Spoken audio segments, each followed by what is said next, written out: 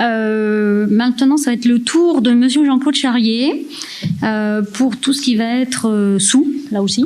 Donc, je te laisse sur le premier point, qui est le point numéro 10, sur la fixation des tarifs pour 2022.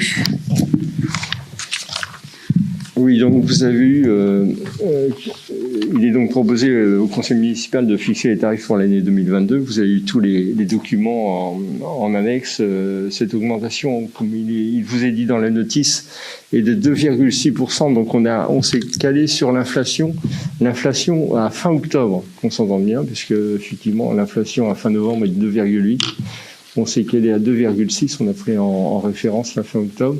Pour vous donner un ordre d'idée, l'année dernière, on avait fait 1,5. C'était un choix. Cette année, on se cale sur l'inflation et on vous propose une augmentation de ces tarifs de 2,6%. Donc, si vous voulez regarder les détails de tout ce qui est concerné, il n'y a pas de choses. On a fait trois points. On a fait les salles municipales, on a fait les tarifs divers, donc c'est tout ce qui est fourrière et animal, entre autres. Et puis, on a fait les tarifs cimetières. Alors, les tarifs cimetières, pour être clair, on tend à faire un tarif identique avec la métropole, donc c'est pour ça qu'on a des tarifs qui sont un peu en augmentation. Mais c'est pour caler avec la métropole pour qu'il n'y ait pas de différence.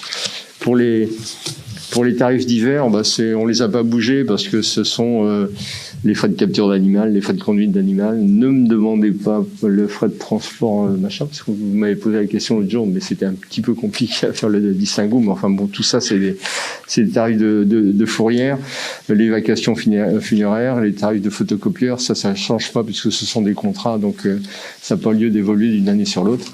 Donc ça, c'est relativement simple. La location de salle, il n'y a pas de différence. On attribue, là, c'est les 2,6. On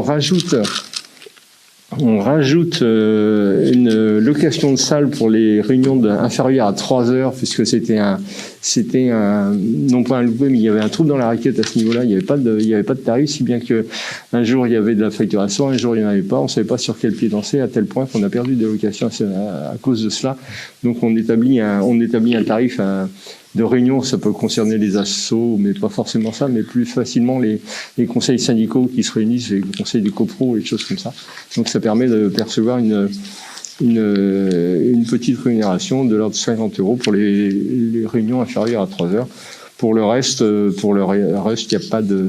n'y a pas de choses exceptionnelles. Ce sont des tarifs que vous aviez l'année passée, qu'on reconduit avec la majoration de 2,6%.